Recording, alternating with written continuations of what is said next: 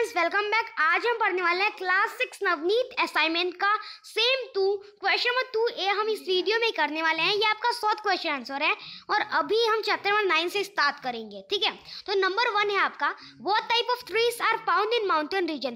कैसे पेड़ पौधे माउंटेन रीजन में पाए जाते हैं। The trees found in mountain region are normally cone shaped and needle like leaves. जो पेड़ पौधे माउंटेन रीजन में पाए जाते हैं वो ज़्यादातर कोन शेप में होते हैं और जो नीडल होती है, नीडल यानी कि पिन जैसे उनका शेप होता है। What do rats and snakes do to escape the intense heat during the day? जो rats and snake होते हैं वो दिन के धूप से बचने के लिए क्या करते हैं। तो rat and snake दिन के धूप से बचने के लिए burrows में रहते हैं। ठीक है, जो कि जमीन के एकदम अंदर रहता है, जमीन के एकदम अंदर ठंडक होती है। Which feature of a snow leopard protect its feet from the cold when it walk on the snow? कौन सा फीचर हेल्प करता है स्नो लेपर्ड को जब वो स्नो पे चलते हैं तब। तो फिर उनके फीट्स को प्रोटेक्ट करने के लिए उनके पास होता है फर। ठीक है, उनके शरीर पे होता है फर जो कि उनकी हेल्प करता है। वो जब वो चलते हैं तो उन्हें कोल्ड नहीं लगता है वो फर की हेल्प से। What adaptation do the leaves of desert plant have? जो लीव्स होते हैं डेजर्ट प्लांट के, उनके पास कैसा अडेप्टेशन होता है। तो जो लीव्स होते हैं डेजर्ट प्लांट के वो बहुत ही ज़्यादा छोटे होते हैं और वो कांटों के रूप में होते हैं और वो जो ट्रांसपिरेशन का प्रोसेस होता है उसमें बहुत ही कम वाटर वो रिड्यूस करते हैं। अब आपको टेरेस्ट्राइल हैबिटेट लिखना है कि कितने प्रकार के टेरेस्ट्राइल हैबिटेट होते हैं। Forest, desert, grassland, coastal region, mountain region. ठीक है, फिर आपका है कि फिश को ऑक्सीजन कहाँ से मिलता है रेस्पिरेशन के लिए। तो इसका answer from gills fish gate oxygen for respiration, ये गलत है। इसका आंसर आएगा आपका oxygen dissolve in water.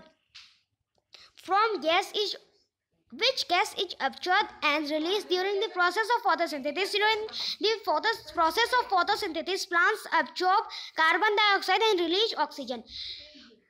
Photosynthesis के प्रोसेस में क्या रिलीज किया जाता है और क्या एब्जॉर्ब किया जाता है।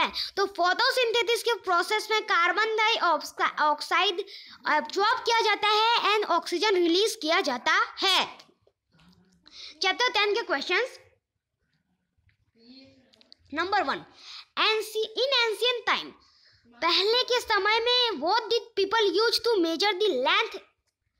जो पहले के जो लोग होते थे वो लेंथ को मेजर करने के लिए क्या इस्तेमाल करते थे। तो फिर वो लेंथ को मेजर करने के लिए इन ancient time people use the body organ यानी शरीर का उपयोग करते थे। कैसे, जैसे कि फिंगर फिस्ट का उपयोग करते थे, हैंड स्पैन का उपयोग करते थे, फुटस्टेप का उपयोग करते थे मेजर के लिए। What kind of motion is performed by the pendulum of a clock? अब पेंडुलम ऑफ ए क्लॉक से कैसा मोशन परफॉर्म होता है। Periodic motion is perform by the pendulum of a clock. तो जो पीरियोडिक मोशन होता है, अब देखो जो क्लॉक का पेंडुलम होता है वो अपना मोशन इंटरवल टाइम में रिपीट करता है। तो यानी कि जो ऐसा मोशन जो अपना मोशन इंटरवल टाइम में विद इन इंटरवल टाइम में रिपीट करता हो उसे हम कहते हैं periodic motion. Which device does a cloth merchant use to measure cloth. कौन से डिवाइस का हेल्प से जो क्लॉथ मर्चेंट होते हैं वो मेजर करते हैं क्लॉथ को। तो फिर मेजरिंग टेप के थ्रू मेजर रॉड के थ्रू जो क्लॉथ मर्चेंट होते हैं वो क्लॉथ को मेजर करते हैं। अब आपको 2.5 को सेंटीमीटर में कन्वर्ट करना है, 2.5 मीटर को सेंटीमीटर में कन्वर्ट करना है, यानी कि 250 सेंटीमीटर आपका हो जाएगा सेंटीमीटर में अगर आप कन्वर्ट करोगे तो। चैप्टर 11 के क्वेश्चंस आपके आ गए। How does we see the object, हम कोई भी ऑब्जेक्ट को कैसे देख पाते हैं। व्हेन द लाइट, अगर जो लाइट होती है वो उस ऑब्जेक्ट पे बढ़ती है और फिर वो रिफ्लेक्ट होकर हमारी आंखों पे आती है तब हम किसी ऑब्जेक्ट को देख पाते हैं। ठीक है, अब हमें एस्ट्रोनॉमिकल फिनोमिनॉन बताने हैं कि क्या होते हैं। ठीक है, तो एस्ट्रोनॉमिकल फिनोमिनॉन होते हैं solar eclipse and lunar eclipse are astronomical phenomena according due to shadow, जो कि शैडो के थ्रू होता है। Which object cannot form shadow, कौन सा ऑब्जेक्ट शैडो फॉर्म नहीं करता तो transparent object cannot form shadow. How is light obstructed, light कैसे ऑब्स्ट्रक्ट होता है? तो जब लाइट ऑब्स्ट्रक्टेड होता है जब एक ओपेक ऑब्जेक्ट उसके पथ, उसके जो लाइट के जो जगह होते हैं जहाँ से वो जाती है उसके बीच में आ जाए तो उसे हम कहते हैं लाइट इज ऑब्स्ट्रक्टेड। चैप्टर 12 के क्वेश्चंस आ गए। How many terminal does an electric cell have, कितने टर्मिनल इलेक्ट्रिक सेल के पास होते हैं?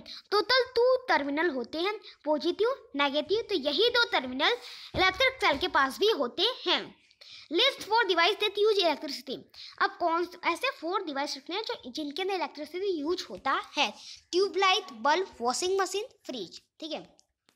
Third number, when does an electric cell stop producing electricity. कौन सा जो मटेरियल है, जो भी चीज है, इस सवाल का मतलब है कि कब इलेक्ट्रिक सेल इलेक्ट्रिक प्रोड्यूस करना नहीं करेगा, मतलब। ठीक है। तो जो इलेक्ट्रिक सेल है वो इलेक्ट्रिक प्रोड्यूस कब नहीं करेगा? जब when the chemicals in the electric cell are used up the cell stops producing electricity. जब जो केमिकल होंगे इलेक्ट्रिक सेल के अंदर वो यूज हो जाएंगे तब वो वर्क नहीं करेगा। 4 नंबर है, what is the function of A filament in an electric bulb. Electric bulb में फिलामेंट का क्या फंक्शन होता है? When electric current pass through the filament, जब इलेक्ट्रिक करंट फिलामेंट से पास होता है तो जो फिलामेंट होता है वो रेड हॉट हो जाता है और फिर वो ग्लो करता है। ठीक है, यही था आपका चैप्टर 13 का question. What is a magnet. Magnet क्या है? ठीक है, ये substance that attract iron object. ऐसा सब्सटेंस जो आयरन ऑब्जेक्ट को अपनी तरफ खींचे उसे हम कहते हैं मैग्नेट। बात खत्म। इन विच रीजन वॉच। अब मैग्नेट सबसे पहले कहाँ पाया गया था? मैग्नेट पाया गया था मैग्नीशिया, जो कि ग्रीस में है। ठीक है, बात खत्म। What do you mean by like poles? Like pole का मतलब क्या होता है? Like poles यानी कि जो 2 सिमिलर पोल्स होते हैं, नॉर्थ नॉर्थ और साउथ साउथ, इसी को हम कहते हैं like poles. Where are the poles of a bar magnet located? जो बार मैग्नेट के पोल्स कहाँ होते हैं? तो नॉर्थ एंड साउथ डायरेक्शन में होते हैं। सिंपल सी बात। तो यही हमने लिखा है आंसर में इंग्लिश में। चैप्टर 14 एंड 15 के question. Which is the main source of water.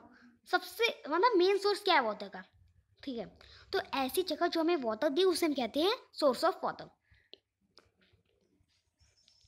What source of water do we have. हमारे पास कैसा सोर्स ऑफ वाटर है?